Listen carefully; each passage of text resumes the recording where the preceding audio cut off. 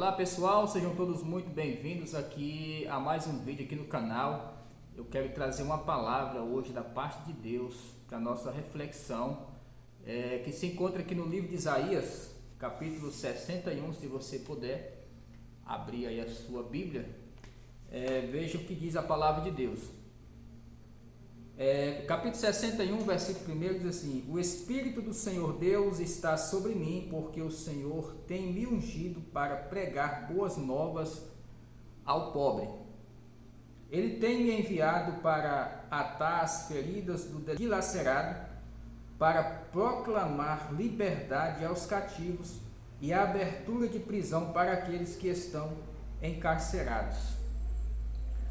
Então veja bem, meus irmãos, a palavra de Deus, ela diz aqui em Isaías profetizando cerca de 700 anos antes de Cristo vir a esta terra, e eu estava na igreja quando foi lida essa palavra e eu achei uma palavra muito importante, uma palavra forte, porque Jesus, ele é o nosso libertador, ele é a promessa de Deus que foi cumprida. E aí nós vemos aqui o Senhor dizendo que o Espírito do Senhor Deus estava sobre ele. Inclusive Jesus depois pega esse mesmo texto quando ele faz a sua primeira pregação, depois que ele vem do deserto, depois que ele vem da tentação no deserto, ele prega na sinagoga esse texto de Isaías, e nós vai ver que ele diz: hoje se cumpriu essa palavra. Então veja bem, aqui está dizendo que o Senhor me ungiu para pregar boas novas ao pobre. O interessante é que aqui não diz aos pobres, diz ao pobre. E tem outra versão aqui, estou com outra Bíblia aqui, com outra versão, que diz o seguinte: não vai dizer ao pobre, vai dizer ao manso, aos mansos. Aqui diz o seguinte.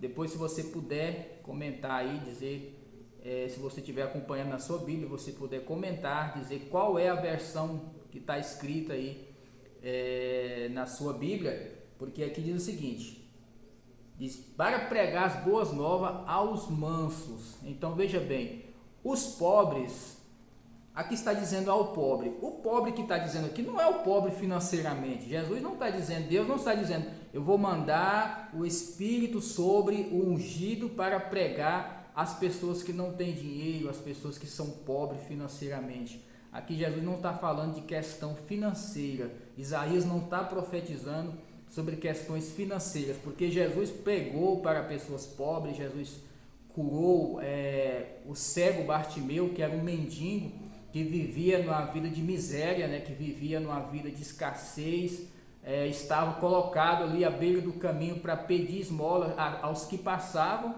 e Jesus naquele momento passava por aquele caminho, e então Jesus para e dá a cura para o cego Bartimeu. E nós vemos também que Jesus pregou para pessoas da classe alta, para pessoas ricas, até inclusive Zaqueu era um homem de posição, Zaqueu era um homem rico, e Jesus entra na casa dele e diz: hoje veio a salvação a essa casa. Então Jesus pregou para pessoas pobres financeiramente e também para pessoas ricas financeiramente daquela época, pessoas da alta sociedade que seguiram Jesus. Inclusive até mesmo José de Arimateia, era um homem rico, era um homem que fazia parte ali, da alta classe de Israel, que foi um seguidor de Jesus, inclusive até cedeu a sua própria sepultura para colocar o corpo de Jesus. Então veja bem, aqui está dizendo que o Espírito do Senhor está sobre mim. Isaías profetizando a respeito de Jesus, e ele fala ao pobre: o Espírito do Senhor está sobre mim para pregar boas novas ao pobre. Outra versão diz aos mansos. Então Jesus veio pregar para aqueles que querem aceitar a palavra. Esse pobre que está dizendo é os mansos, aqueles que aceitam a palavra de Deus, porque Jesus não veio para o mundo inteiro, Jesus não veio para todos do mundo, Jesus veio exclusivamente para Israel. Jesus era a promessa de Deus para o seu povo. Quem era o povo de Deus? O povo de Israel. Jesus veio exclusivamente para Israel. Jesus não veio para todos do mundo. Jesus veio para Israel. Até inclusive quando aquela mulher vinha atrás de Jesus clamando, pedindo a ele que desse uma resposta para ela, que ela precisava do milagre de Jesus. Jesus fala para ela: olha, posso pegar o pão da mesa dos filhos e lançar aos cachorrinhos. Eu vim exclusivamente para as ovelhas perdidas da casa de Israel. Então, João também vai dizer que Jesus veio para os que era seu, mas os seus não o receberam. Então, nessa não aceitação do povo de Israel, não aceitarem a Jesus, aí surgiu a oportunidade de todos conhecerem a graça, e isso já estava no plano de Deus. Deus mandou Jesus cumprindo a sua promessa de libertação para o seu povo, de salvação para o povo de Israel, mas com o povo não aceitar, aí a graça se manifestou a todos como? A todos os que crerem, todos os que crerem no seu nome. A João vai dizer lá no seu primeiro capítulo, dizendo que todos aqueles que creram, deu-lhes o direito ou o poder de serem feitos filhos de Deus. Então Deus nos deu esse direito de nós ser filhos de Deus através de Jesus, através da sua graça manifestada na cruz do Calvário, por uma única forma, pela rejeição de Israel por aquilo que era deles. Então Jesus veio para Israel, mas Israel não aceitou.